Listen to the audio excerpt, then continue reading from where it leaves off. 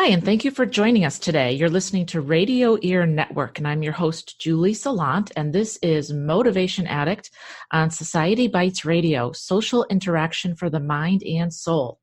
Hey everyone, Julie Salant from Motivation Addict. Today on the show, I have an amazing communicator. Her name is Sandra Mendelson.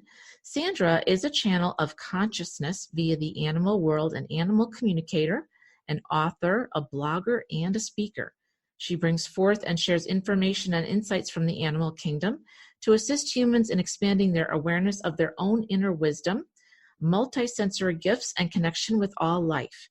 She began facilitating deeper understandings between humans and non-humans as an evolution of her work in human and animal nutrition and healing as a certified polychromatic light therapist and equine photopuncture therapist and health coach. Sandra's first book, We Walk Beside You, Your Animal Messages for an Awakening World, was released in October 2017 along with a deck of animal message cards and was an Amazon bestseller and winner of the 2018 Equus Film Festival Winnie Award for the Best Equine Spiritual Literary Work.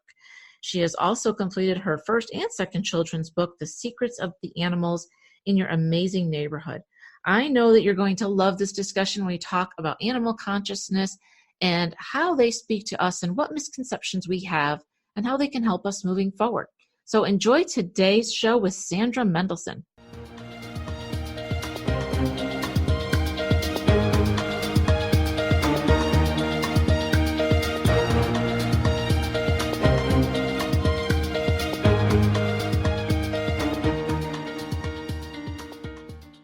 Welcome to the show, everyone. This is Julie Salant from Motivation Addict. Today, I have a very special guest for you. Her name is Sandra Mendelson.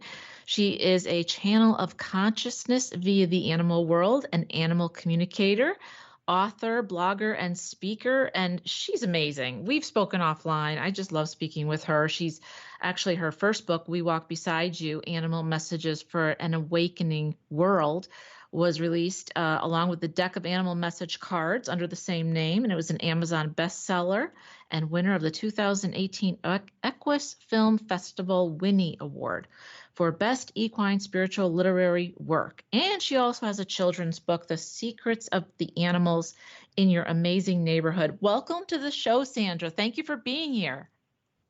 So thank you for having me. As it happens, I have in my hands, it just arrived by mail today, book 2 of The Secrets of the Animals, What's Up Down on the Farm. So we now have at least 2/3 of the trilogy done. Wonderful. Congratulations. Oh, thank you very much. Sandra is pretty cool because she has spoken to not just domestic animals. She's spoken to tigers and elephants and lions and camels.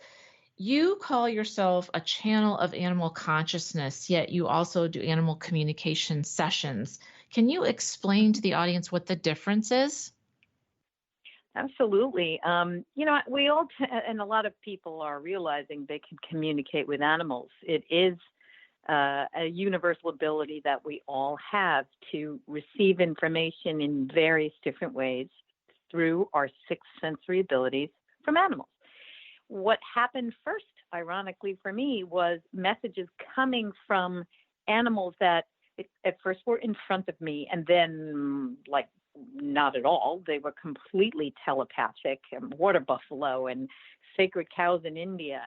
And all I could do was write this down. I was passive. Animal communication is a back and forth. Usually problem solving is at the root of it, and typically a human starts the conversation. This was completely driven by the animals, where, these things would come through and I'd write them down. And then the next day I'd look at what was on the paper and call my mom and go, "Ma!" And she's like, "Relax, that's not you. Yeah, that's not you. You're funny, but you're not that funny, and you're smart, but you're not that wise." So it was great to have somebody validating, there's no way you could have made this up. So, channeling it literally comes through you. You barely have a recollection of what was said. That's why you got to write it down. Yes. So, and it's really for all humanity, as opposed to animal communication tends to be, one animal at a time for one person at a time. So, yeah. I love that you do this, and we're kind of like soul sisters on this, because I think this is just really fascinating work. And what the listeners need to know is, if you do not have this ability, the animals, as Sandra will attest, they are very smart. They are master teachers, but they are very clear on what they want to tell us. Can you elaborate on that a little bit, Sandra, for the listeners that don't have this experience? Sure. Because they are not trapped, if you will, in the human experience, they have a perspective that is so helpful to us. I always start with the most obvious thing. Imagine, especially women, if you can, going through your entire life without ever once looking in a mirror. How different your self-concept would be, how the self-criticism would drop, and how your focus would not be on the external.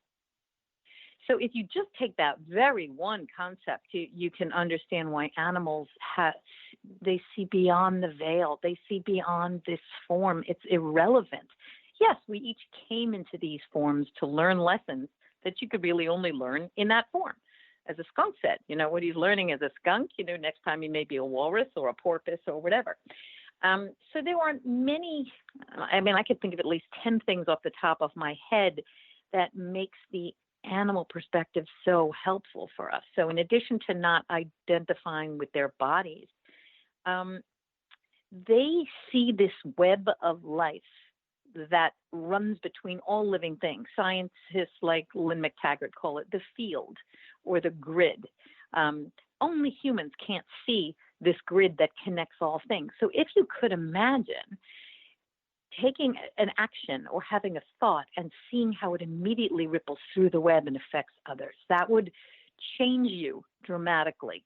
And animals do see that. They've also never isolated as to, we humans think that we're alone and we're isolated.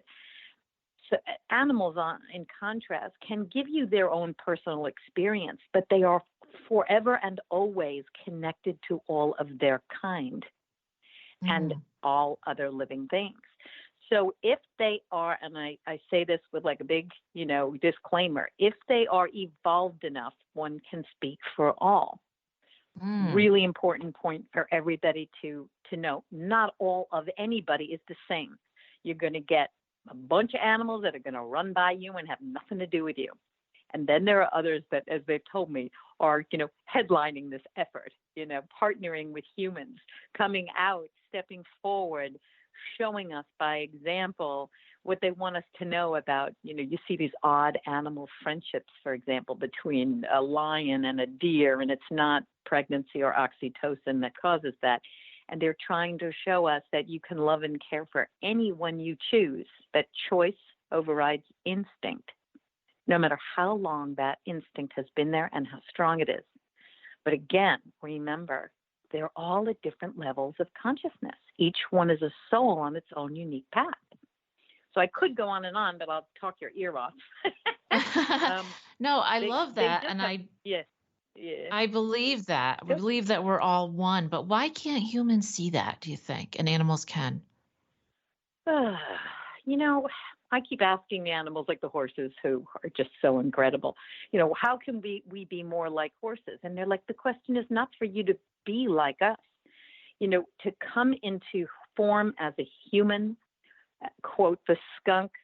It's complicated. You have to be ready for it, and you have to have your senses dumbed down. So, right.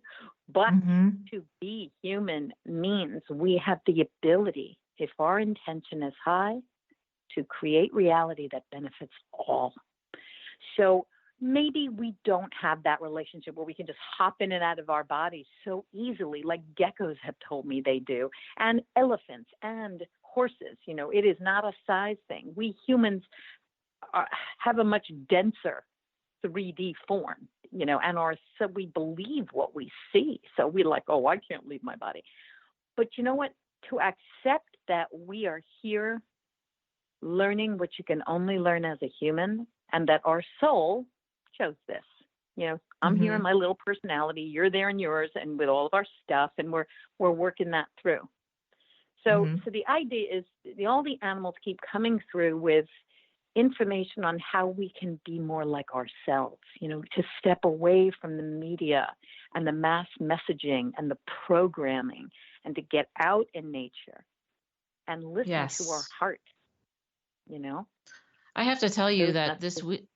this weekend, Sandra, I went out to a beach that's close to me where there are alligators and all kinds of crane and blue heron, and there were 11 osprey fishing, and it was amazing. And it was so wonderful to be disconnected from the phone and the computer and in real life, if you will. And the animals Mm, just felt like they were almost giving a show, like you've given us a little bit of you're seeing us, right? I think everybody wants to be seen, and every soul is different. And I think that mm-hmm. that's what they want. They want to be recognized, that we are all individual. Yes, there's a collective of us, just like the collective of humans. But I'd love it if you could maybe explain a little bit about the misconceptions that we have about them, and what have we misunderstood? Well, I can just throw a couple of things right at you, off the bat. Fighting. We see animals fighting. Of course, we humans love sensationalism. And so there could be one, like a plane crash. One plane crashes out of thousands. One animal fight ensues. And we always tend to think it's a territorial or a fighting over a female, or a partner that's at issue. And what lions have made very clear to me, and swans, two very different species. Lions told me each member of the pride has a different responsibility. Some are best at determining what is the best prey. Others on where's the best place to sleep, and others actually are best at negotiating disputes between them. So when one of them does not hold up their end of the bargain, or their role, the entire pride suffers, and a fight will ensue. And the winner of the fight, we think it's all physical, but they say it's energetic as much as it is physical. So the one that wins is more evolved, right? Oh. Is more of a leader. Yeah, they say the battle is as much, quote, an energetic one as it is physical, but physical is all you humans see. Wow. And Swan said that they don't fight over food. That they mentioned two reasons why fights ensued. One of them is when their relationships are, if you will, meant to be, right? Preordained. Right. And so Right. when one goes to ego and tries to challenge what is and what is supposed to be, there will be a fight. And they also said that fighting can occur when pollution affects their brains, and there is aberrant behavior that results. Wow. Yeah, I had no idea. Actually, that the pollution really gets to them. And then there's one other thing that blue whales and other species have made very clear to me. Remember that oneness thing again. Animals in their natural environment experience their brain signaling, back and forth with the energy of their environment. When we remove them from that, their brains no longer signal back and forth. Right? You take anything, a polar bear or whatever, and you wonder why it's slamming its head against the wall in a zoo, and they say, oh, mental illness exists in animals. We have done that. We have prevented the normal signaling of the brain, that oneness thing, all energy back and forth with the environment. So fighting is and aberrant behavior we have completely misread. Little silly things that I didn't even know. When you see how many people think that when a raccoon comes out during the day, it's rabid. A lot of us still do. I was one of those people that did. And they said, no, some of us don't have refrigerators. Did you ever wake up hungry? It was really funny the way they showed